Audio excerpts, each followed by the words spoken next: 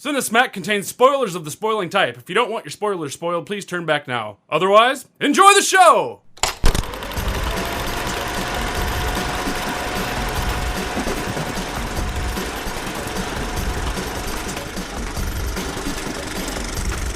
Hello, Cinesmacketeers, and welcome back to the podcast. It is the happiest podcast since Bing Crosby Tap Dance with Danny fucking K. I'm your host, Mike Keeler. Joining me, as usual, is Mr. Tom Haggis. Yippee-ki-yay, Cinesmackers. Nice. Thanks. Mr. Gabriel Rowald. Now I have a machine gun. Ho, ho, ho. What'd you call me?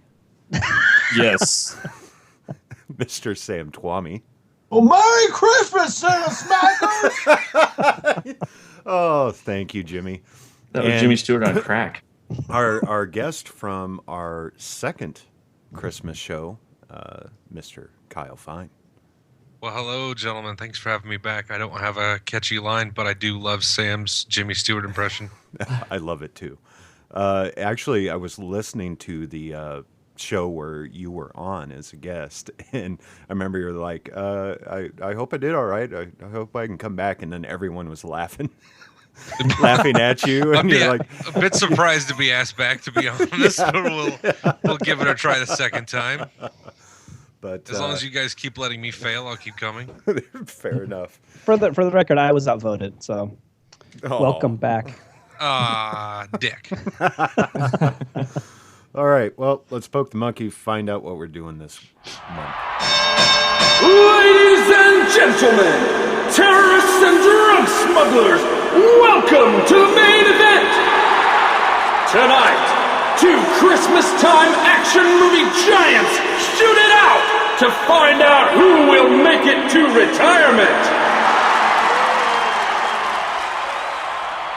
In the first quarter, from 1987, directed by Richard Donner, starring Mel Gibson, Danny Glover, and Gary Busey, Lethal Weapon! In the second quarter, from 1988, directed by John McTiernan, starring Bruce Willis, Alan Rickman, and Bonnie Bedelia, Die Hard! All right, I have to be honest, I've been really looking forward to this. I know there's been a few podcasts out there, I've said it, but these are two movies that I grew up with, watching them religiously, probably once a month as a young teenager. But let's get going, and we'll start with our first round, which is writing. Take her away, fellas. Not everyone at once. so impressed with all the writing. Sam, that was you. Was that me? Yeah. Oh, sorry. Just said Jimmy. If it said Jimmy, I think Jimmy. you've been wrong. Jimmy, it's you. All right. Oh, the right. Merry Christmas, Sam's alone. I don't know. It's hard to say. Like, what I remember these movies as from growing up, seeing them on HBO, was much different when I watched them the other day. Because when you take a hard look at writing at action films like this, sometimes you're not going to get necessarily the best results. But at the end of the day, I think Lethal Weapon had a little bit more of a character arc to it. You found out more about individual characters. You saw them grow in a short amount of time. And yes, there were predictable parts, but I think overall the characters moved throughout that movie. Whereas Die Hard, yes, he got through a lot of obstacles, but he's the same kick-ass type character. And then also being said, I think I did notice in Die Hard some really sly, funny lines that I have to acknowledge. Just some like bits of comedy with the different agents and like little kind of one-liners that I had missed before. I thought was kind of nice. But overall, Lethal Weapon for me. Wow. Yeah, I'm kind of become a big Shane Black fan. I thought unlike a lot of people, I kind of enjoyed Iron Man 3. I don't think it was like, up to par with Iron Man 1 and 2, but it was pretty good. But I love Kiss Kiss Bang Bang. It's one of I absolutely love that. That is a really great Christmas movie if you want to check it out. But, seeing his writing from way back, almost, what are we at, 30 years now, almost 26. Yeah. It's really great to see that he has that really good combination of action, comedy, and character development throughout. And he reinvented the buddy comedy, and I think a lot of people have tried to emulate that, and Die Hard too. A lot of people, Die Hard on a boat, Die Hard on a train, and a lot of people try to do that with Die Hard too. But Lethal Weapon, I think, was able to make it a little bit more developed film. And I don't know if anybody's ever done this, but Shane Black's scripts are the most funniest things to read. If you can get a hands on like what he actually wrote when he submitted the scripts to the studio, there's like one example in the middle of the Lethal Weapon script where it says, "Exterior, posh Beverly Hills home, Twilight, the kind of house I'll buy if this movie is a huge hit. Chrome, glass, carved wood, plus an outdoor solarium, a glass structure like a greenhouse, only there's a big swimming pool inside. This is a really great place to have sex." Nice. His scripts are littered with stuff like that. Little, editorials to, help the director and production designer along. And they are a blast to read. And I can see why studios, when they saw his scripts, they're like, I don't even care if we make this movie. I just want to read the script. And those things helped kind of push his scripts through the studio system and get it read. And I can't believe that, more people don't do it, but he's very witty, even in the written word. And that's not often where you get that, where just reading the script is fun. Mm-hmm. Yeah, it's too bad that stuff gets lost in the actual production. That you would never know that unless you read the script. And it's too bad that stuff kind of gets overlooked. It doesn't get added somehow to the film itself. I think it'd be kind of a cool special feature if they kind of came with like PDF versions of the scripts, or something you could pop in your computer, like on a Blu-ray or some kind of extra like that. That'd be a lot of fun to read. That would be cool. Yeah. I think they're absolutely a blast, and all his scripts are kind of like that. He's kind of known for doing that, and it's just kind of a little hidden Hollywood thing that not a lot of people are aware of, and it's really fun to kind of seek it out and look for the stuff he's worked on. Yeah, well, I thought actually this might be one of our closer episodes. I'm going to have a hard time deciding between these two movies because in many respects I think they're very similar and very close to each other as far as quality and that kind of thing, and that includes the writing. I thought the writing on both was pretty decent for action movies, and one of my favorite things about the Die Hard movie is that the bad guys, the terrorists, the criminals they're not dumb. They're pretty smart. And it shows, and it makes for an interesting interplay between the villains and the hero, where it is kind of like, well, for lack of a better analogy, it's kind of like a chess match between them, and I really appreciated that. And it's what when I saw it. Now you guys are saying when I saw it on HBO or when I saw it on TV or whatever. Okay, I saw these in the theater. I saw both of these movies in the theater, and. I remember at that time thinking, wow, this is really different for an action movie. The villain isn't just some kind of, thug, that he's actually somebody who's pretty smart and is kind of in control of this situation. Mm-hmm. And that makes the hero even greater in my mind to overcome that.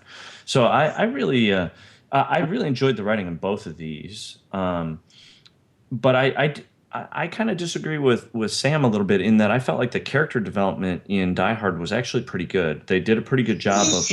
There was all right. Case in point, I got to talk about this on Die Hard. The Reginald Vell Johnson character. It's so just an add-on. Like every time he gets on the thing, he's just on the microphone talking to him, like "Hang in there." Well, I love the performance. But we learn stuff about that character. I mean, okay, maybe the way they framed him and the quote-unquote action that he had wasn't very interesting, but that there was character development there. Now, the one add-on character in Die Hard was definitely the Argyle character, the limo driver. Oh, I love It's like Argyle. what? But why the hell is he in the movie? What role does he play? Well, I mean, yes, really he's a like- convenience kind of character. he is. That again speaks to why Die Hard is lesser than Lethal Weapon, in my opinion. Well, okay, I'll give you that on the Argyle character, but I felt like the main characters, the villains, Yeah. and Bruce Willis's character and his wife, I thought they were all fairly well developed for an action movie, and I thought they, that it was pretty well done. Yeah, I think so. Well, the thing is, you can tell it's a focus on one character to frame them. It's all about much like a detective novel and something like that. Like it's all there to make John McClane bigger, and I get that, but I don't think there's not as much. I thought some of the ensemble stuff was kind of stock with the whole, the story of, oh yeah, he's kidnapped, okay, he's dead, and I don't know. I think it was good for an action movie, absolutely, but I don't know. It just something about it seemed that Lethal Weapon had a little more oomph to it. So I'm gonna agree with like everything you guys have said pretty much to this point about these being pretty well written for action films, especially given their age now. And I really dug. Die Hard was like a very busy movie with characters. There were a lot of ancillary characters that sort of pop in and pop out, and at times it just feels like there were cuts to shots of a character just hanging out in a limousine, and it didn't always make the most sense. I liked the writing in Lethal Weapon. I liked the way it was paced, and I think both movies have a good feel to them in that respect. I would give my edge to Die Hard slightly, just because I like overall the way it flows better. But I think both are pretty well written for action movies. I think it's pretty close between the two of them, and I like Alan Rickman's character a lot. I like the smart bad guy. I like that they're playing everybody over, and I don't know. Those just resonated with me more than the bad guys in Lethal Weapon. Sure. What do you think, Mike? I mean, you normally don't necessarily always comment on that, but you like these movies a lot. What do you think about it? Well, like Tom, I love Shane Black. I love Kiss Kiss Bang Bang. I love his writing style. And I was actually going to bring this up.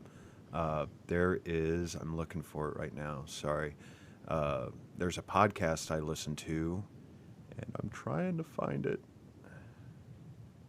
The Q&A, it's called the Q&A with Jeff something. Just because it's, but he actually, Jeff Goldsmith, and he interviewed Shane Black about Iron Man 3. And I listened to that a couple weeks ago. And I have to say, it's just awesome listening to him because he's just kind of a no-nonsense guy. And you kind of get that from his characters that he writes. You get that in Iron Man 3. You get that in Kiss Kiss Bang Bang. And you especially get it with Riggs and Murtaugh. But I do love the banter in Lethal Weapon, how it's written, back and forth. And I also love some of the terminology, or not terminology, but just some of the things said in Die Hard. I don't know. It's hard for me, but I think I would have to go more towards Shane Black for the writing. But yeah, that's just my opinion. And both these movies have very memorable, not necessarily catchphrases. Well, in the case of John McClane, definitely catchphrases, but very memorable back and forth between Mel Gibson and Danny Glover, and between Alan Rickman and John McClane. Oh, absolutely. And the just sort of iconic action movie dialogue in these two movies as you look back, and it's sort of endured over the last 25 years now since Lethal Weapon has been or Die Hard's been released 26 in Lethal Weapon's case. Yeah, and I had no idea these movies that Lethal Weapon came first. I'm younger than both you guys, well, all of you guys. So these are things I watched edited, forever, and seeing them now unedited, sitting down, as an adult watching them, is like I would have loved this stuff if it was around my time, my time to be a teenager. But I was just a little too young to hit this stuff. I didn't have HBO at the time, so Well, and to me, Lethal Weapon has the more blunt force type bad guy, and Die Hard has more of the brainy bad guy that surrounds himself by the blunt force type of guys. He's the brains, and I think that's why I really love Alan Rickman in Die Hard, and just his lines that are written. He's written very is very smart. I mean, he's not a dummy. When And it he comes pulls it to, off too. Yeah, I think he really exactly. pulls it off. So, Tom, were you going to add something to that? I was, but I forgot what I was going to say. I think that the question I don't, that I think we're probably going to try and address at some point tonight is what does Lethal Weapon and Die Hard accomplish that so many other action films fail to do? I mean, there have been hundreds of action films since these two came out, and what is it that these guys nail that makes them still? We watch these still all the time, and the other 200-300 action movies that come out since we don't. What is it about these that make them so special and so enduring? And I think it's going to come up in the next category because I listened to Alan Rickman's lines, and I think it's Alan Rickman that makes those lines so memorable. I don't think we'll be sitting on a beach earning 20%. Some other guy delivers that line. Switch the bad guys from the two movies, and I think you lose a lot of the life that's in Die Hard. We're jumping to action before we've put our votes in for writing. All right. But, All right. Well, let's go ahead and get the votes tallied. Sam, you said Lethal Weapon. Yep, absolutely. All right. Gabe. Slim margin to Die Hard. All right. Tom. Lethal Weapon. And Kyle. Die Hard, but it's close. All right. Just real quick, Die Hard was based on a book by Roderick Thorpe, entitled Nothing Lasts Forever, a sequel to another book entitled The Detective, which in 1968 was made into a film starring none other than Frank Sinatra.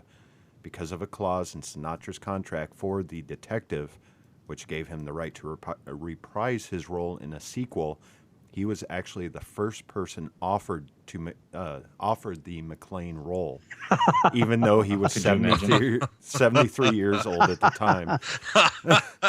Also, coincidentally, Bruce Willis made his movie debut in The First Deadly Sin, walking out of a bar as Sinatra walks into it.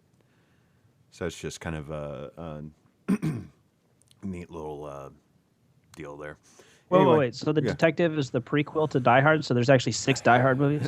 Apparently. Yeah. God, that's amazing. We did not know this. Apparently. And what was the name of the second book that Die Hard is based on? Nothing Lasts Forever. Except for the Die Hard series. What's I'm that? looking at the Wikipedia page right now. Well, Die Hard will last forever. The Die Hard series will last forever. That's true. I think there's irony in the title of that book. That's true. So Yeah, they're gonna make probably another dozen of those movies. I hope not. Well, and you know what else I heard, and maybe we should save this for later, but it sounds like there's remakes of Lethal Weapon in the works. What? Yes. Well, if you Die Hard, they have to cut off your wiener. Oh my! They can't get the casket. They can't close the casket. Can't do it. Couldn't you just cut a hole in the casket? Oh my Have a little God! periscope. Good, I guess. All right, let's move on to acting. Go ahead, Okay. boys. Well, again, I think both of these movies are pretty close as far as the acting is concerned, and again, when we were talking in the writing phase about the villains and how smart villains are, and then Tom kind of referred to this a little bit. Alan Rickman playing the villain Hans in Die Hard. He definitely has a presence, and he definitely embodies that character. And that was my first. I think that was probably the first time I really ever saw Alan Rickman, and I was like, wow, who is that guy? He's awesome. And I just really thought he nailed that part. He was that part. And sometimes we talk about, like, okay, if you were to cast this movie, who would you put in that part? Well, I can't imagine putting anybody else in that particular part. It just wouldn't be the same. And I just don't think it could be done. And, this is an iconic role for Bruce Willis, and I think it's one of his best performances as this character. So I feel like they have the supporting cast may not be quite as good as the main characters, but they've got a pretty good cast in Die Hard. And then I think the cast in Lethal Weapon is pretty good too. Mel Gibson is kind of his crazy Mel Gibson self. Little do we know how true that portrayal may have been. That might not have been acting. I don't know. He's a little crazy. No, Riggs wasn't racist. Good point. It's true. That is true. You were so right, though, Gabe. The acting, I think, even more so than the writing, like the acting of lot in both of these films is very, very good, and that's why we remember them today. Mm-hmm. And to Tom's point, I think he's right. I think the acting is one of the things that makes us remember these, that makes these stand out over other action films. Sure. Even other action films in the same series. I had forgotten about Gary Busey. Like, he's still crazy, but I totally forgot that he was in there. I made a note when I was watching. I made a note and I said he actually Mel Gibson actually seems crazier in this movie than Gary Busey. Just kind of saying something. Gary Busey actually seems kind of normal. Was that before the motorcycle accident? That's a good question. I don't know. It had to be, because isn't his face a little different? Yeah, I think it is. From that too, I think it must have been. So you think the motorcycle accident kind of affected him? He had severe brain trauma, and I think that did affect him. So, but anyway, his teeth look exactly the same 26 years. They do. They do. That's like his hallmark feature, really.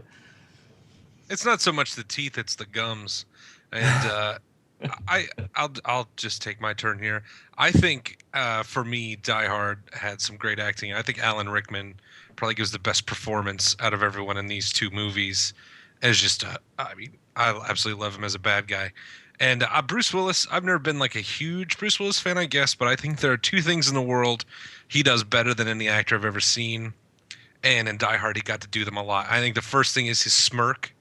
He smirks better than any actor I've ever seen, and he holds a gun probably better than anyone I've ever seen. And what I really liked about his performance as John McClane is that sometimes you really got the feeling that you were in on it with him, like times when he's running through the building and he sees naked lady photos, and so he just decides to make a little comment and slap, like, you feel like he's sort of inviting you into the movie a little bit.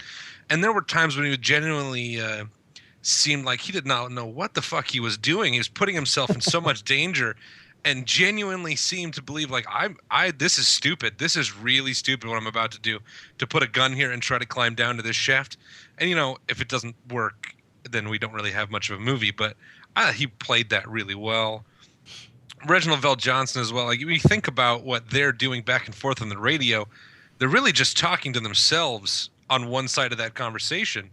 But it felt more real than that, and I like that a lot. I think when I was a kid, I remember thinking in Lethal Weapon, oh, Mel Gibson's character he's just really strange. And now that I watch it and with the full realization of being an adult, he's literally fucking insane, suicidal, like really crazy, but a damn good cop. And I think Danny Glover is great in Lethal Weapon. I really enjoyed his performance a lot. Yeah. I think both movies have great acting in them. When you were talking about Die Hard, it's interesting that Alan Rickman, how much he was able to craft a performance with maybe a third of the screen time that Bruce Willis had. And not to put down that performance as John McClane, it built the franchise and, made him a superstar. Mm-hmm. But Alan Rickman really didn't receive that fame right away. But going back on it, he was the actor's actor in that movie. That's right. Yeah. By far. Yeah. Kyle mentioned the centerfold that John McClane sees all the time, and that was actually Playboy Playmate Pamela Stein from November 1987. Well, hello. Yeah. I got to tell you, too, I watched these movies, and now I realize how much movies have changed with the gratuitous boobs. Both of them. All the smoking that so happened. Much smoking. Like, it was like, Jesus Christ, I never noticed that before. It was like on airplanes and airports, just everywhere. Everyone's smoking. Yeah, that's true. Yeah. I just wanted to point out real quick that 2 of the actors that were in Lethal Weapon were actually in Die Hard. I noticed Yeah, this. I know. Actually, I haven't noted that too. Actually, 6. 6 of them? Six? Okay, Yes, well, 6 I of just them. noticed 2 of them, and I Super noticed too. obvious. the 2 were, well, of course, the Asian guy. Yeah. Oh, Al. God. Or, How long? Al Yeah, Leon. yeah, which Al Leong, which he is in a ton of stuff. Yeah, But he is. and then also, I think it's Grandel Bush. Is that it? He was Yeah. Agent Yep. Johnson. Grandel Bush is into. Yeah, he's Right, he was Agent No, Johnson, yeah. FBI. No, Agent- the other one. Yeah, no, the other one. And The other one. And he was FBI in one and a cop in the other. So Yeah. I think he might be a little And you know typecast. what? I saw a movie on TV. I didn't catch what it was. I was just going through the channels, and this movie was on. And the 2 guys that play the Agent Johnsons in Die Hard are in another movie together. really, Yeah, and I don't Must have remember the what it was, same but I'm like, agent. oh my god, it's those 2 guys. what We have not- what were the ones you caught, Tom? Mary Ellen Trainor, the mom from Goonies. She was the newscaster in Lethal Weapon, Oh, Yes, And- she was. familiar. I never put that together. Oh, you're and right. she's also she was the newscaster in Die Hard, and she's the psychiatrist in the Lethal Weapon. in Okay, Lethal Weapon, yep. right, That's right. great. And then Okay. 2 of the girls from the porno in the Lethal Weapon, Uh-huh. when they're watching the shower porn, 2 of them were in Die Hard also at the party and smaller scenes. So, Wow. What is that true? and then yeah, That's I'm absolutely awesome. serious. How closely did you look at that scene? For, I actually have that porno, so I was actually able to slow they it down. actually made that. They actually made that that porno. It's distributed it's that a supplement on the laser disc. I'm sorry if you guys don't have it. Yeah, Wow. they were That like, was a Yeah, very talk- sad porno. yeah, It became very sad when you saw her face. She did not Yeah. want to be there. Yeah, dead porn is no good. no. Did we have not mentioned Paul Gleason, the principal from the Breakfast Club, as the typical inept asshole cop? Yes. Just like a stereo, like a trope and a half. Yeah. I don't know who you are, but you you're like, just no, blew up a don't do building. that. Yeah, he's absolutely wrong constantly and so full of shit. He was great at it though. I just have to William- say, I watched this movie from my signed copy of Die Hard from Reggie Johnson when I got to that's work with awesome. him, and just watching him again, I was just like, oh my god, I met that dude. I worked with him, and I even thought about it when I saw it. I was like, yeah, I remember Mike. And I actually got to direct him. So it was. I mean, he's acting alone most of the time too. He's just talking into a radio. he made a career out of it. That's true. He became the cop. I and- totally forgot about Tom Atkins in Lethal Weapon. And then, of course, he was in Halloween 3, which that's how I got to know him when I was growing up. So it was interesting in Lethal Weapon to see him in a pretty decent part. Tom Atkins. Yeah, and William Atherton as the news anchor in Die Hard oh, is another just notorious asshole, and yes. just having him and Gleason outside is just you're like, gotta hope John McClane gets out of here because people need to be punched out here. Yeah, and he caught it from Bonnie Bedelia at the end. That was pretty cool. Yeah. Well, let's see. Where's my notes? Oh, there we go. Bruce Willis was actually the 6th choice for the main character. It originally went to Arnold Schwarzenegger, then Sylvester Stallone, then Burt Reynolds, then Richard Gere, then Harrison Ford, and finally Mel Gibson before Yeah, Willis. the only got it. one, the only one I can see possibly playing that part would be Harrison Ford. Yeah. All the others would just be ridiculous. So that goes back to my original question. Then Bruce Willis is pretty responsible for making the movie last so long. Because if you stick Yeah. any of those other, if Tom Selleck was in it, this movie would be, it'd be a joke. Yeah. It'd have Right? been a one-shot movie. They never would have done it. Yeah, he is John McClane. Pure and simple. That's true. It's true. Just like for me, Mel Gibson will always be Riggs. He just played the part so well. He'll always be the road warrior to me. Yeah. Yeah. Franco. He'll always hate Jews to me. That's all I. Wow. Franco, As long as I have that voicemail I saved, yeah, he's. Franco I'm not even Zeffirelli. Jewish, and he was laying into me. Franco Zeffirelli reportedly decided to offer Mel Gibson the role of Hamlet after seeing his suicide contemplation scene in the film. So yeah, there you go. That was Typecast, really playing crazy people. intense. Do you I guys? don't remember it being like that when Oh. I was a kid. Like, Yeah, being I don't remember it being desperate. so dark. Yeah, Lethal Weapon being it's pretty dark It overall. is a dark I film. remember It it, really being is. buddy cop comedy kind of from when I was a kid.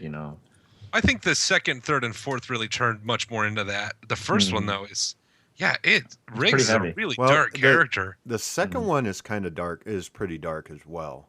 When does Joe Pesci come in? That's all I care That's about. the second movie, isn't it? The second one, that's right. Yeah, Yeah, because he's introduced in the second one. He doesn't become part of the group until the third. yeah. Rene Russo's 3 and Chris Rock was 4. Yeah. They just keep adding on. Yeah. Ugh. Shia anybody Shia notice- LaBeouf's going to be in 5. Oh God! God. Did anybody notice on the fridge in Danny Glover's house there was a sticker that said "End End apartheid, apartheid? Free South Africa"? Yeah. Yeah, I saw that. I I thought never that was thought of that before. But isn't that basically the plot of the second Yeah. movie? Yeah. Oh, Free South oh, yeah, it Africa, is. you dumb son of a bitch. Yeah, you dumb That's son funny. of a bitch. All right, let's move on to our voting here. Tom. Boy, can I pass? Okay, Gabe. He passed. I give the edge to Die Hard again, mostly because of Alan Rickman's performance. All right, Sam. It's very close. I'm gonna go Lethal Weapon for the comedy team that was Riggs and Murdoch. All right, Kyle. Gonna give it to Die Hard pretty much for the exact reasons Gabe said, and Bruce Willis is just John McClane.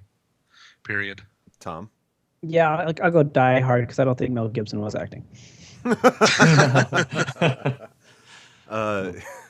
Damn it, I forgot what I was gonna say. Thanks, Tom. Oh, hang on a second. Shit, Mel Gibson's calling me again. I'll Put it just on send speaker. I'll Put it on I'll speaker. Speaker. No, because I can't record. I'll just send it to voicemail. All right. It'd be funny if Gary Busey was calling you. Like that would something you put on the air. He hasn't called me since I loaned him my motorcycle. Oh. Oh, too soon. Too Yeah. soon. Too Too soon, Nami. All right. Let's move on to directing. So I am a huge Goonies fan, and I like Richard Donner, and I want to just give it to Lethal Weapon because I love Goonies so much. Watching these two movies, when we were just kind of lining these two movies up, I was like, oh my gosh, they're going to be so close because they're so similar. You know, they're both within a year of each other coming out, and a little over a year coming out, and they're both from that late 80s action movie when everybody seemed to doing things right, and we got a lot of really good action movies that we still watch nowadays. And when I got in and watched, I was really surprised at how different they were. And we talked a little bit about how dark Lethal Weapon is, and actually kind of how funny Die Hard is. But Lethal Weapon seems to draw a lot of its energy from the buddy aspect of it, of Riggs and Murtaugh going back and forth, and Die Hard, which is really more a Western, because you've got the lone cop out, in the wilderness in this very foreign area, all of these, the rooftops and ventilation ducts and, all of these areas that we never get to see. And so the Die Hard, the Western aspect of Die Hard really kind of separate. And I was really struck by how different they were. And it seems that a lot of that is the directing. I mean, it's some of the writing, but the directing had a lot to do with it in terms of that John McTiernan really was able to isolate Bruce Willis a lot in shots. And even when he's, getting shot at and everything else, they made it a real point to that he was very much alone. And I thought that was just really striking, and it really kind of added a lot to the emotional toying that they did with you throughout the movie, that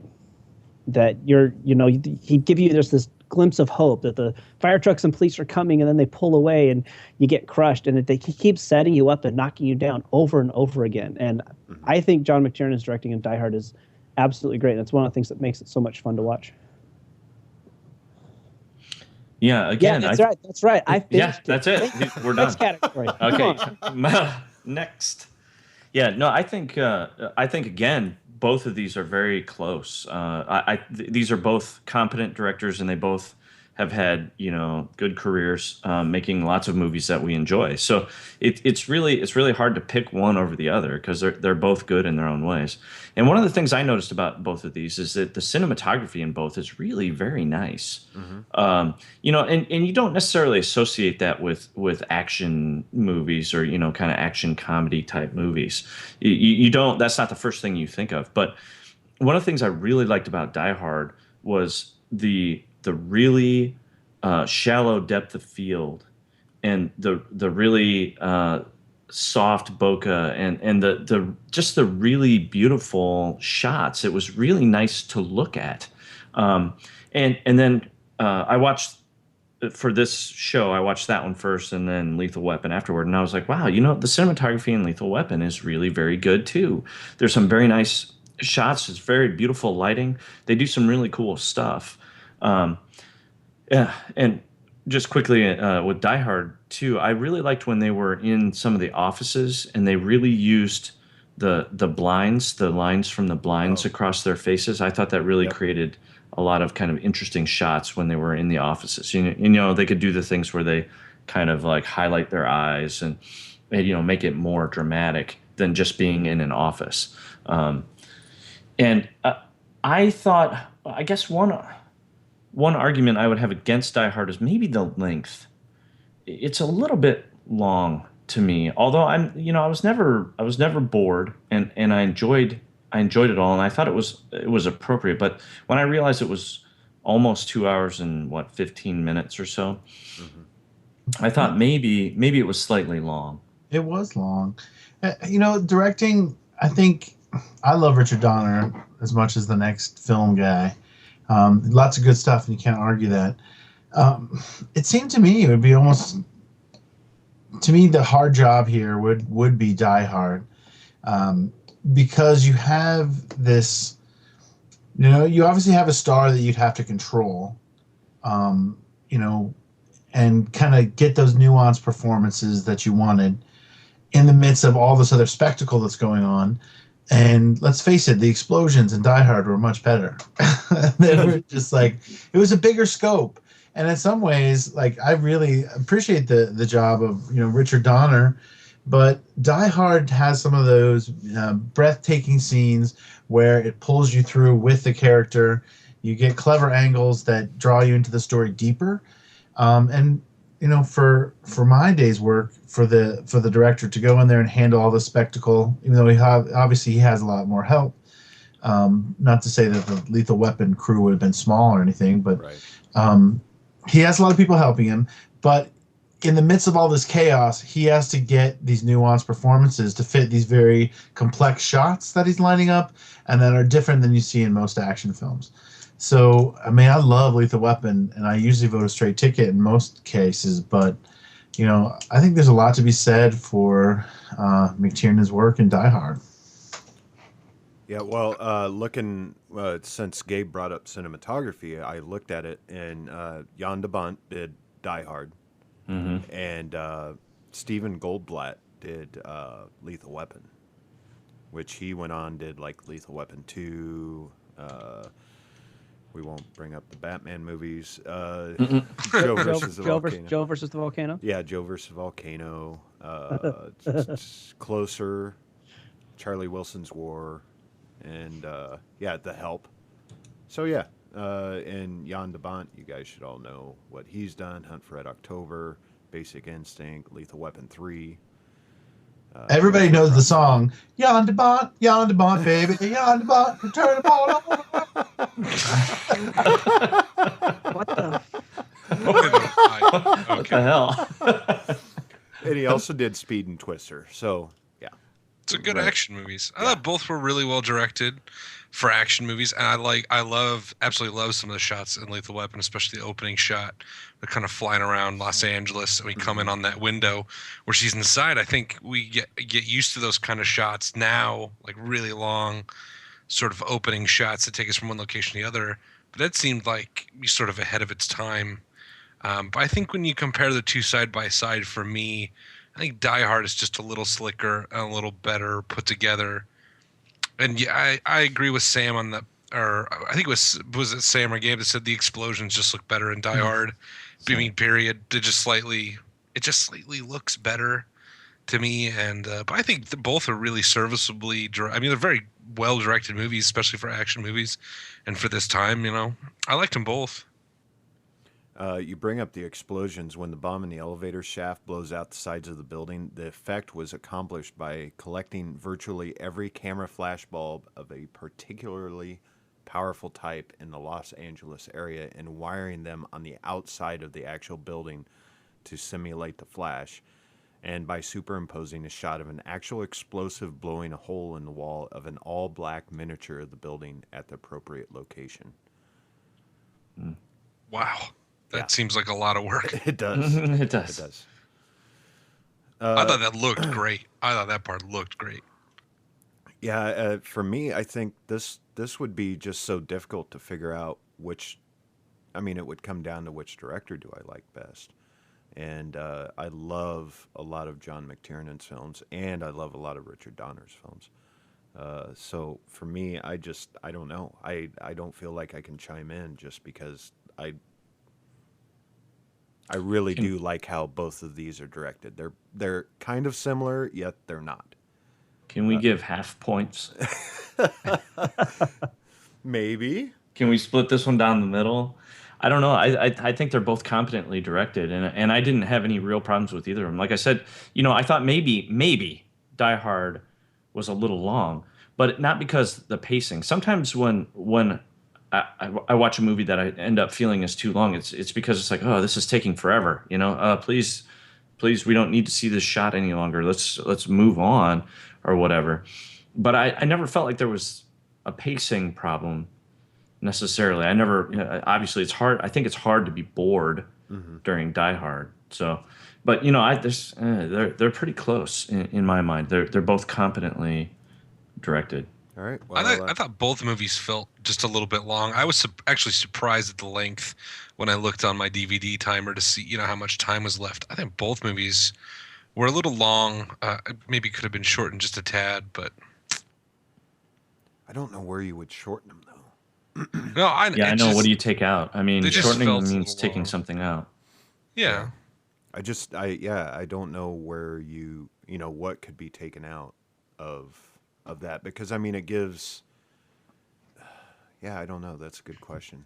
Maybe you cut like 5 minutes out of the desert scene where the helicopters and cars of various shapes and sizes are all rolling up on Murtaugh. Although, kudos to that helicopter I love pilot. when the helicopter tries to land on the car. Crazy, crazy stunt. It pushes it a little bit. It's just the strangest. That helicopter's gonna push that car around a little bit. I feel like the stunt guy is nuts for agreeing to try that, though, because that could have ended horribly. Yeah. I'll fly sideways and land on that car, no problem. Well, all the helicopter stuff was just crazy. Like when Hunsaker got shot, that helicopter was right on that house. It was just there, and I was watching that. I noticed that today when I was watching Lethal Weapon again, just how crazy some of the stunts for the helicopter were. Where do all these evil helicopter pilots come from? I mean, when you're at helicopter school, is there a for good track and a there's evil two track tracks. where you're oh well, you took your Myers-Briggs test, and I think you make a really good evil helicopter pilot. Right. So somebody's got to do it. Yeah, Right. There's the the search and rescue path, and then there's the mercenary path. Yeah, You can do one or the other. and it all pays the same. It's like You a get a career flat in rate. The Sims. You just choose one way to go or the other. But I feel like in Lethal Weapon, if you really want to know where they come from, the answer is Vietnam, right? That's Yeah. where everyone comes from Yeah. sooner or later. Yeah. Right. Even drug dealers. Everyone was in the war. Yep. Right.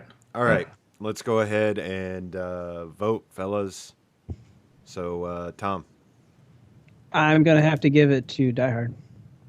Sam, I'm gonna go Die Hard. Gabe, Slight edge to Die Hard. and Kyle. I'm agreeing with Gabe on almost everything tonight. It's very worrying, but yes, Die Hard, Yes. very close. You should be concerned. I'm just afraid that every time I come after you, I'm basically just repeating what you said, and it's like I haven't watched either movie. Yeah. You didn't watch these, did you? $2.12 is what it cost me to rent them both from Family Video. Wow. Fair The enough. Lethal Family Weapon Video was is in the still around. holiday. Was in the holiday section. I had totally forgotten this movie had anything to do with Christmas. I know. Yeah, That's That's an why. interesting point. Like that's both why of we these picked both movies of them. weave Christmas in a very interesting way. Yeah, that's why we picked both. Well, that's why we picked both of them. I mean, they both happen around Christmas. Yeah. Well, they both take place in L.A., which I think has something to do with the kind of Christmassy, not Christmassy, because Yeah, L.A. is the most un-Christmas city in the country. So that's true. It's true. They Yeah, don't get well, snow. and it's hard for me, it's hard for me to think of them as Christmas movies. Having grown up in a cold climate when there's snow, it's like that's not Christmas. If there's no snow, that's not Christmas. And I realize there are plenty of places around the world that celebrate Christmas and there's no snow. But for me, it's kind of a leap. I don't see them as Christmas movies. But it's funny how much Christmas music is kind of part of the soundtrack. I mean, the Die Hard soundtrack kind of has, it's influenced very heavily by popular Christmas music. And it's kind of interesting. Okay. it's funny because back in 1988, Run DMC's "Christmas in Hollis" was. You're like, really? This is a Christmas song? And now it is a classic Christmas song. I love Christmas in Hollis. I mean, it's got to be my second or third favorite Christmas song. I think it's absolutely fantastic, mainly because it's a great song. But at the same time, when I hear it, I'm 12 again. And, I think that's when that song comes on, I was like, oh, yeah, I forgot this is a Christmas movie. So I kind of wish every time they went back to Argyle, he was listening to that song again. Like he would not stop listening to it on repeat. I'd start cheering for Alan Rickman, though. I'd be like, don't end, no, keep him down there. Well, I noticed that he made a big deal out of the limo having a CD player and then immediately put a tape in, Yeah. which I thought was funny. Well, I thought it was also funny when he mentioned all the list of things that the limo player had. It had a CD, a CB. What else did he say? Why would it have a CB? It had VHS. Yeah, VHS. Yeah, it said CD, CB, TV, telephone, Yeah. full bar, and VHS. And that's one of the things about these movies that while they're still good action movies, they are starting to show their age a little bit. They are. And Well, it's yeah, often cell phones. technology that gives it away. Yeah. Cell phones would have changed the plot of both of these movies, I think, pretty. For sure. Hold on. Pretty Hold on. quick. Let me ring the bell real quick. We're going to overall. All right. Oh, come on. All right. About the cell phone. Actually, the first use of a cell phone in a movie was Lethal Weapon. What? Really? Those great big, do those even On the- count? On Yeah. the Like a bridge? mobile unit, Yes. like it was like 50 Yes. pounds. Yes. I know. It was like a car battery with a phone. It was, but it was actually one of the first showings of a mobile phone. Those must have given you some type of disease. I mean, they were enormous. They must just be like It's the microwaves. first use. You Oh, got God. At first, you You cannot need have children like after talking on bags it. to carry them around. It was those I know ridiculous cell phones. my dad actually had one of those bag phones. I remember it was like that, and it had a strap on it so you could carry it. Yeah. and Oh, and that's it was like this. It was this huge like box, and then it had like what we would consider kind of a traditional handset on it, with a cord and everything. And it's like, wow, that's Got it. it's mobile. I guess. I mean, if it's not plugged into the wall, I guess it's mobile. Yeah, that's if you true. have I a just wish it was phone. rotary. That would make it perfect. Yeah, even better. I miss rotary phones. I do too. I grew up. They were with- fun. Yeah, but even like some of the other technology kind of gives it away. Some of the computer technology, like Oh, the stuff yeah. in Die Hard, he goes in and he's using the touchscreen thing on a old CRT monitor kind of thing, and you just start to feel like, okay, it's starting to show its age. Maybe at that time we would have been like, wow, that is really cool. Wouldn't it be awesome if we could actually have touchscreen things? And now everything is, Touch. Sure. Well, on the televisions in Lethal Weapon, like yeah. the one that he breaks, and then like in the background of like some giveaway, you see they're giving away a 35-inch TV, Yeah. and they have like the projection ones. Like it's just like wow. Yeah. So I think. Go ahead. I was gonna say the biggest one for me is the one where Reginald Bell Johnson comes out with the Twinkies and looks up at Nakatomi at the 74-cent gas. Oh yes, I saw that too. Yeah, that'll give. I it away actually if you want spit it. food out when I saw that. I was like, oh my god. Yeah, and then you could $3 actually ago. still get Twinkies. That's how I Are can they tell. making Twinkies again? Yes, they are. Yeah, Yeah, they they're are back. now. They're That's back. how I can tell how long a gas station's been abandoned by how expensive the gas is. That's true. Yeah. Right. Oh man, that's been closed for a couple years now. Yeah. Yeah, that gas is like 3 something a gallon. That's been a while. All right, so we're in overall. I just want to bring up the music, and it looked like they had the same composer on both films, except for Lethal Weapon added Eric Clapton, which gave it its key, musical like kicks here and there, and I love that. And I think that's why I like all the Lethal Weapon movies, is because the music score is pretty much the same, especially when they put in the little bits and pieces whenever someone makes some, sly comment or they're doing a transition. I love those. That's And all I got. it's signature Eric Clapton too. I mean, It is. there's probably only a handful of guitarists when you hear them, who's playing, and Eric Clapton is one of those. And I don't know whose idea it was to bring him in, but it was just perfect music for a buddy cop comedy like this. Yep. Well, I think the music was pretty equal in both. And then at the end of Lethal Weapon, when the credits were rolling, there's a really cheesy 80s type song that has the name of the movie in the song. And it's like, Lethal Weapon. Or like it turned to my It's like a husband. really bad local commercial. Well, I think every movie should have a song with the name in, like Star Wars. Da da da da. That'd be fun, right? Yeah. Well, yeah. Bill Murray did that, didn't Yeah. he? Didn't Bill Murray sing that on Saturday Night Live or something? Nothing Oh, yeah. but Star Yeah. Wars. Yeah. And Wait, did I just totally rip off what a SNL skit that happened before I was born? Yes, you yes, did. probably. Awesome. Yeah. Bill Murray actually sang a song to the Star Wars theme. It was Star Wars, loud nothing but singers. Star Wars. Okay. Oh God, now I It's feel awful. Star I have no Wars. idea. Please let these Star Wars sing. Since we're talking about music, the music cue when Powell shoots Carl at the end of the film was actually an unused track from James Horner's Academy Award nominated score for Aliens, another Fox film. Specifically, the music was originally intended for a scene near the end of the film in which Ripley battles the alien queen on board the I can't talk. On board the Sulaco. I'm saying that right. Instead, an earlier music cue was reused, leaving the cue available for this film. A second music cue scored by John Scott for the film Man on Fire, 1987, not the Tony Scott one, was also used. The music can be heard when McClane and Holly meet Powell at the end of the movie. There you go. That's crazy soundtrack trivia. Seriously. I'm sorry, I'm a That's soundtrack trivia nerd. like that. I love soundtrack. That's deep. It is.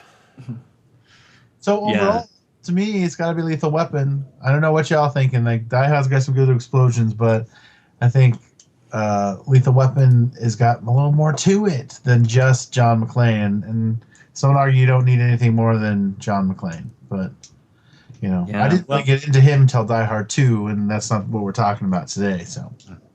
Well, we often talk about rewatchability, and I find that I've watched Die Hard many more times than I've watched Lethal Weapon, and I think that trend would continue. I would be more interested in seeing Die Hard again than I would Lethal Weapon. I think I like them both. I was not upset to have to watch these for this episode, but I do find that I go back to Die Hard a little bit.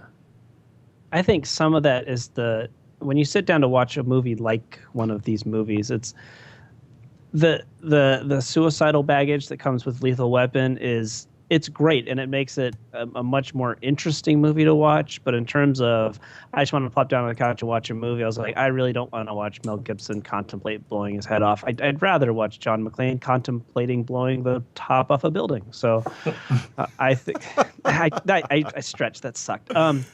So Wasn't Bill Cosby supposed to get the Danny Glover part at one point? What? That's an awesome I heard movie. that. Hubba, I heard what? that they considered Bill Cosby. What?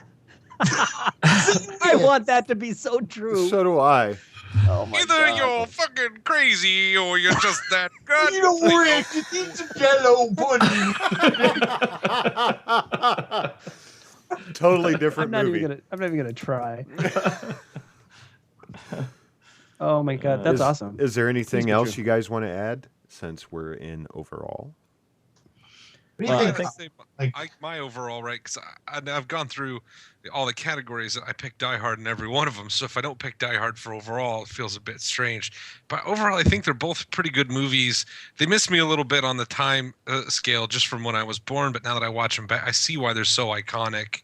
They have such a great action movie feel to them. And now when you watch modern action movies, it feels like a lot of them are just drawing influence from these movies. I mean, Die Hard is a pretty prototypical action movie. You see a lot of people borrow things from now too, and Lethal Weapon with the buddy cop situation, I think really was a stalwart of that genre, and a lot of people just steal from that. Not steal necessarily, but borrow from that too. So these are two pretty big movies that spawn franchises and have been emulated and imitated a lot throughout the years. I think Die Hard is a slightly better movie, but I think they're both still watchable. I think Gabe's right. They're showing their age a bit with some of the technology, but that's totally unavoidable. But as far as just entertaining, I think Die Hard is maybe just a more entertaining movie to me. But they're both good. They're both still watchable, still movies that I would watch if they were on TV. I think Die Hard just a little bit better. The film soundtrack includes Elvis Presley's song "I'll Be Home for Christmas," which both of them end on a Christmas song. Darlene Love, who played Murtaugh's wife, was background dancer in Elvis's production, Elvis. It's kind of weird. And then think about this for directing. Leonard Nimoy was one of the choices considered for directing, but he didn't feel comfortable doing action movies, and he was working on 3 Men and a Baby at the time. So that's why. Wow, they so this probably movie's way different with Leonard Nimoy That's true. directing Tom Selleck. And Bill Die Cosby. Hard, Oh right? no, this was for Lethal Weapon. Oh, and Lethal Weapon. Okay. Yeah. It would have been Tom So Bill Selleck and Bill Cosby. Spock, Bill Cosby, and the Road Warrior in a movie. Yeah. And this kind of translates between both the films, just real quick. A running gag in the Lethal Weapon film series is the 1, 2, 3 false starts, where Riggs and Murtaugh can't decide whether to go on 1, 2, 3, then go, or 1, 2, 3, go on 3. While the gag does not exist in this film, there is a 1, 2, 3 false start in this movie. It happens when the uniformed cops are trying to prepare to sing Silent Night in a chorus, and one of the cops keeps starting too soon. Then that translates to, where is it? You're the king of minutia tonight, man. Sorry. I love it. Deep cuts. For the shot where Hans Gruber falls from the top of the building, Alan Rickman was actually falling from a 21-foot high model. He was holding onto a stuntman and falling onto an airbag. To get the right reaction, the stuntman dropped Rickman on the count of 2, not 3. The look on his face was Yeah. awesome. Yes. Yeah. Wait. That's another thing. Leonard Nimoy directed 3 Men and a Baby. Is that true? I think That's so. right. Oh my God.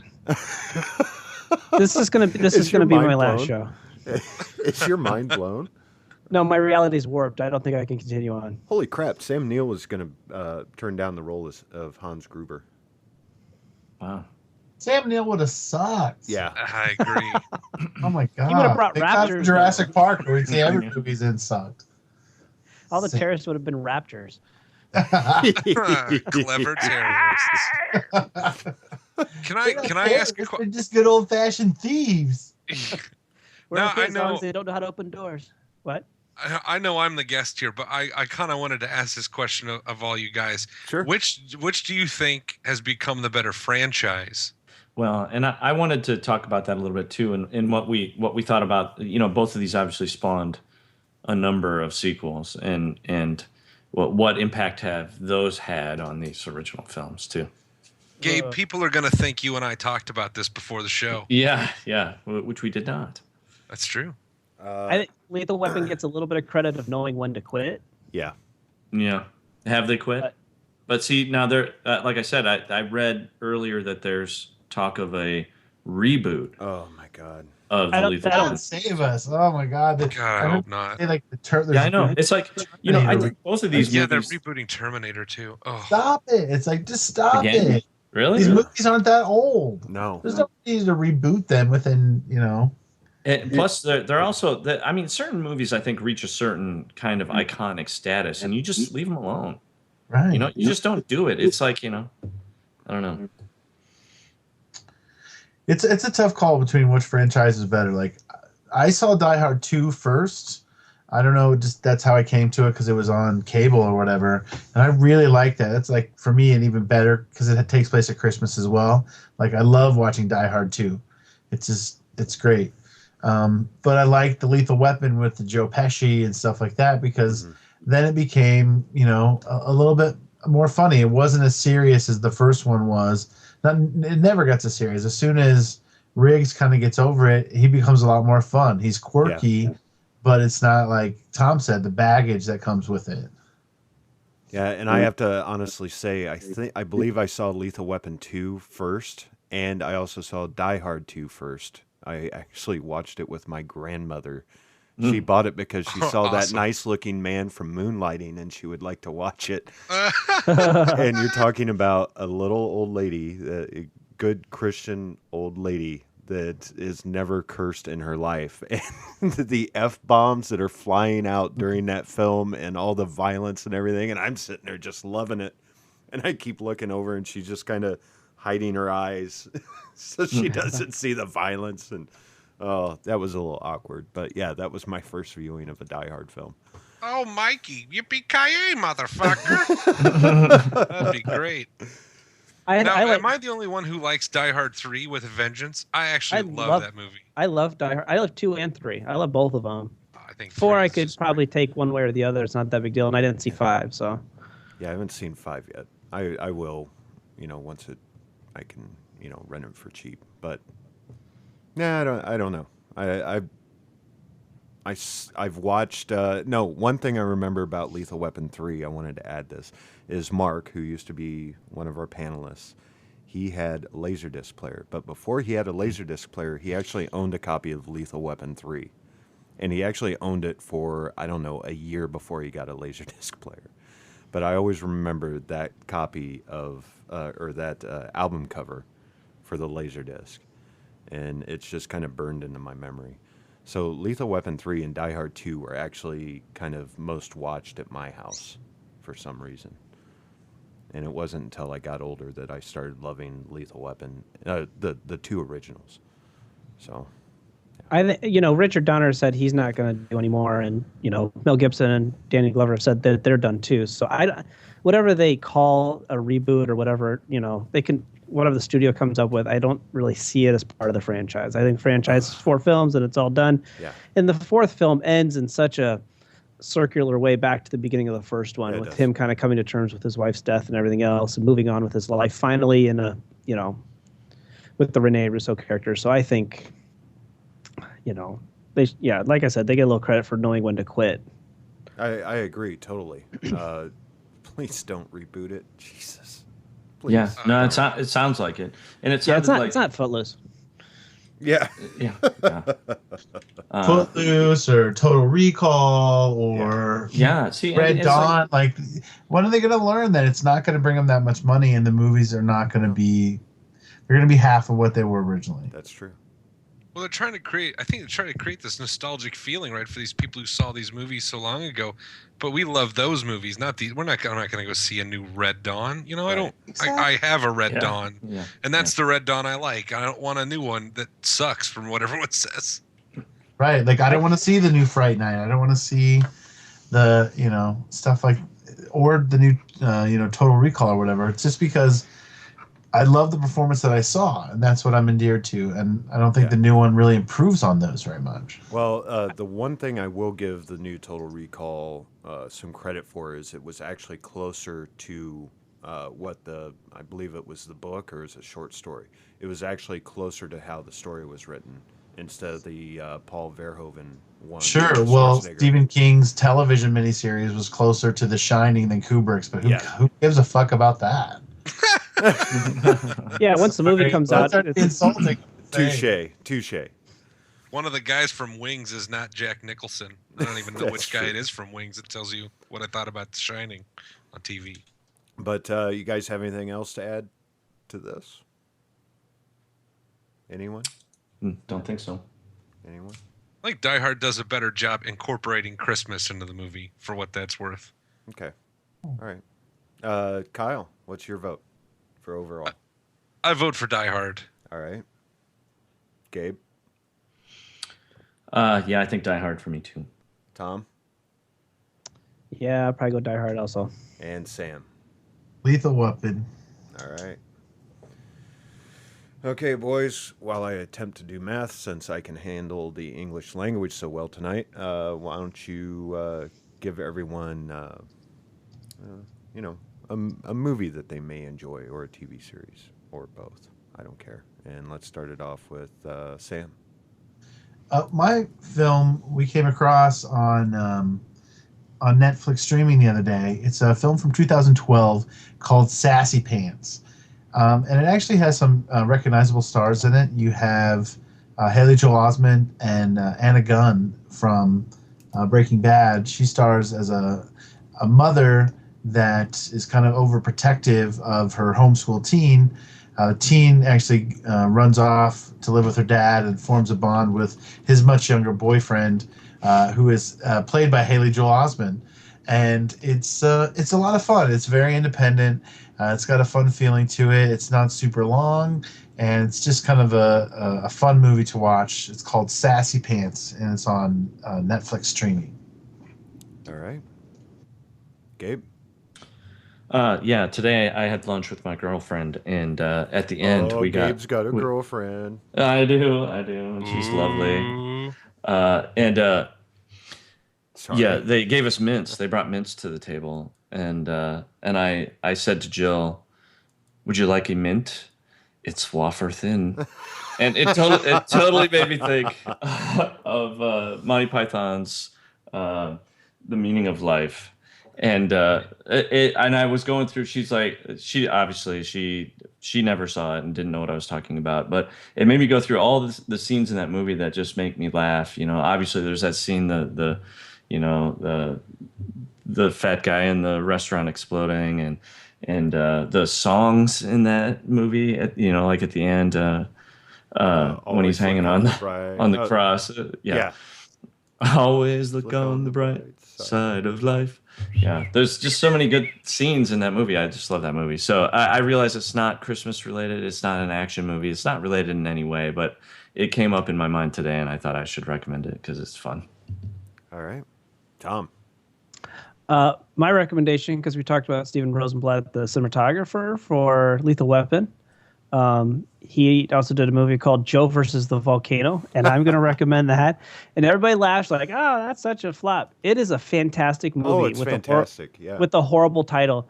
And I think on last count, the people involved in Joe versus the Volcano have racked up 38 Oscar nominations in various categories. There are some really great people working on this. Some of you may remember a movie a couple years ago with Meryl Streep and Philip Seymour Hoffman called Doubt. About a nun and a priest and sexual allegations at this Catholic school. It was very, very good. It was directed by John Patrick Shanley, and Doubt was his follow-up to Joe versus the Volcano. Really? He did. Cow. He did Joe versus the Volcano, and then he was off for about 20 years, and then he came back with Doubt, which was amazing. He's a really great director, and Meg Ryan and Tom Hanks are great as always. So my recommendation is Joe versus the Volcano. Give it another chance. You will not be disappointed. All right. Kyle? Well, he must have been busy counting that Joe versus the Volcano money for 20 years. That's probably why he took it off. I didn't really, I guess I didn't know this was coming, but you know what I thought? Now that I mentioned it, I'm going to give you a movie that couldn't be more unrelated to Christmas. There was a little movie Disney put out, Disney, I think, was responsible for putting out in the theaters a while ago with Clive Owen in it called King Arthur. And if you saw that movie in the theater, It sucked. It really sucked. I hated it so much. But then I saw the director's cut, and I think it's a great example of, if you watch the director's cut, it is such a far superior movie, and it is the perfect example of why you don't let a studio tell someone like Antoine Fuqua what to do with a movie. You just let him do it, and it was easily 10 times better with the way the director's cut was done. So I would say check out the director's cut of King Arthur if you saw the first movie like I did and hated it like I did. Check out the director's cut, because it's really the version that was supposed to be seen, and it's actually a pretty good film. Yeah, that's true. That kind of happens with quite a few films where they bring out the director's cut. You're like, I kind of like that a little bit better, but then there's also director's cuts where you're like, oh, I see why they cut that out. This totally changes the tone of the film. It is a much grittier, more violent film, and it makes much more sense in context with the rest of it. Well, as I remember, most of the guys on here were bigger fans of the Donner cut of Superman 2 than the original. Isn't that right? That's true. That's correct. Yep. Yep, absolutely. Well, mine is actually going to be something that I picked up on Black Friday. It was actually Thursday night at Best Buy. As we just walked through, I saw The Last Stand with Schwarzenegger was $5, so I bought it. And I actually had a blast with it. Just talking about old action movies. Here's an action star that's coming back into films, and he's quite a bit older, but I actually really enjoyed it. I thought it was a blast. It's just fun. So I would check out The Last Stand. I mean, don't buy it for $20, but it's definitely worth a rent. Plus, Johnny Knoxville's in it. He's actually kind of funny in it. Let's move on to the decision here. Let me poke the monkey. Ladies and gentlemen, may I have your attention, please? Your winner by decision is Die Hard! Wow. That does seem very one-sided for two movies that seem very close. So, Yeah, I think a lot of us, what I've gathered from listening is a lot of us picked one movie just slightly over the other. That's true. They're both very close, yet you had to pick one. So, well, I think this is the whole fun of this podcast is to, if you have to, you're surprised what you do pick sometimes. I know I usually am every time we get through one of these recordings. Yeah, that's true. Yep, absolutely. All right, let's move on to where people can find you on the Webernets. We'll start off with Kyle, since you're our guest. Wow, this is going to be short. I don't have Twitter, and I don't want to know any of you guys on Facebook that I don't already know. So there you go. Yeah, I don't want my third grade girlfriend to find me on Facebook. So whoever's next, go. Tom. I'm on Vimeo and Facebook and kind of on Twitter. I haven't done that in a while, so you can look me up. Tom Haggis. I'm on there. Just listen to all the girls screaming my name. Yeah. Nice. Gabe. This has just been a bad show for me. I apologize to all of my fans. I'll do better next time. No, he won't. Gabe. You can find me on Facebook, and you can check out our website at onegenomeshort.com. There's not really anything there yet. I don't have a lot of time to work on it, but I promise someday there will be something interesting to look at there. One thing, just one thing. You'll go once and you'll be done. But it'll be the porn from Lethal Weapon, right? Right. Once I rip it from Tom's Laserdisc. All right. Please make that your placeholder. Nice. Sam. Will do. You can find me on Facebook, and also you can get caught up with the 48-Hour Film Project, which is coming back to Des Moines for its 10th year in 2014. So already making plans to make it a big one. So, yeah, you can find me there. All right. And, I'm on Facebook and Twitter. Just look me up. We would appreciate it if you could leave us a review on iTunes or whatever podcasting service you use. Make sure you tell people about it. You can contact us at cinesmack@gmail.com. Follow us on Twitter and Facebook. Just search Cinesmack. Ermagerd, Firstberg. Ermagerd. So,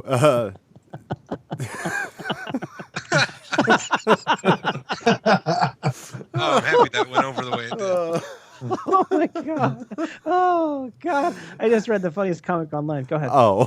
You're a jerk. See what we have to put up with every episode? Man. For January, we are going to try to start our year off right as Citizen Kane takes on There Will Be Blood. Wow, And, heavy. I just want to say, before I end it here, I want to say thank you to everyone that listens to us, all our fans out there. This is the start of our third year. This was our third Christmas show, right? Am I right? Or is this our fourth? Third. This is our fourth Christmas show, but our fourth. third anniversary. That's right. Okay, correct. The start of our And- fourth year. So the start of our fourth year, and I just want to say thank you to everyone that downloads the podcast, listens to it, enjoys it, gives us feedback, sends us in suggestions and comments on our pages. We really do enjoy it. And I want to thank my three panelists.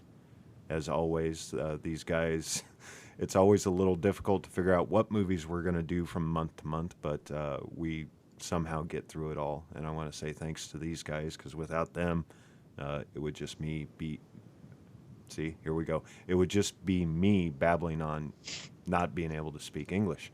And Well, on behalf of the panel, we'd like to thank you for keeping everything together, recording the shows, and getting them out there to our audience. We couldn't do it without you, Mike, so thank you very much. well, thanks. Yep. Yep, I Thanks, second guys. that. And I'll third it. and I want to disagree. I want to circle gets the square. I want to thank Kyle for being on. Thanks for being on, Kyle. I Thank hope you guys had for inviting fun. me back. I know it. You must have been really scraping the bottom of the barrel. I don't know who pulled out, but I'm glad to be here. No, absolutely not. I You know who didn't pull out? You fuck. You mean Mike? Heyo. Oh. That's I an want to inside try. joke. It is. Way inside. I want to. That's what your mom said. I want to feel try. dirty. I want to try and keep you on the Christmas episodes since Tosh already has Halloween. You should have Christmas because I know how much of a fiend you are for Christmas. I am an absolute dork for Christmas. You are. I love it. It's my favorite time of the year. So thanks again for being on, guys. Thank you for being on. Thanks for living with this English as a second language host. You could have faked that. You're doing very good, Miguel. Very good. See? So for Gabe, Tom, Sam, Kyle, and myself, thanks for listening, and go catch a flick.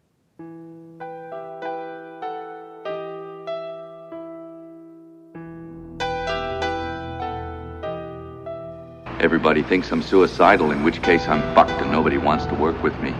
Or they think I'm faking to draw a psycho pension, in which case I'm fucked and nobody wants to work with me. Basically, I'm fucked. Who are you, then? Just a fly in the ointment, Hans. The monkey in the wrench. A pain in the ass.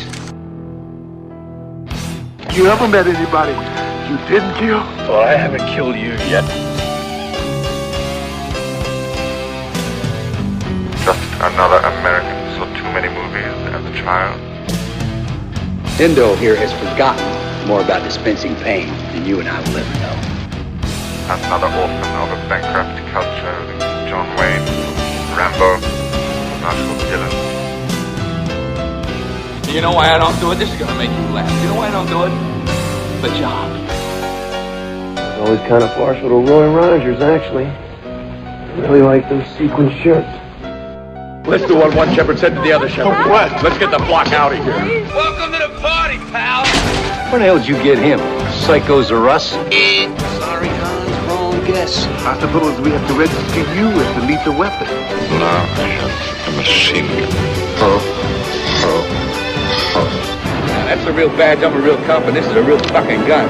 Yippee-ki-yay, motherfucker. What do you do, sleep with that thing on your pillow? So what if I slept? Come out to the coast. We get together, have a few laughs. That's pretty fucking thin. That's very thin. Gonna need some more FBI guys, I guess. What the hell? Thin's my middle name. Yeah, your wife's cooking. I'm not surprised.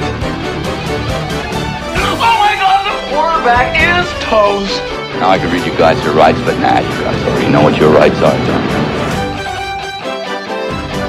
This channel channel is reserved for emergency calls only. No fucking shit, lady! Do I sound like I'm ordering a pizza? Do you really want to jump? Do you want to? Yippee-ki-yay, mother. I don't know who the hell you think you are or what you're doing, but you just destroyed a building. I'm too old for this shit. Tell me you got that. I got it. This has been a test of the Southsider Studios podcast system. This was only a test. If this were a true lack of entertainment, your head would explode. Go to iTunes and subscribe to our feed. Just search Southsider Studios.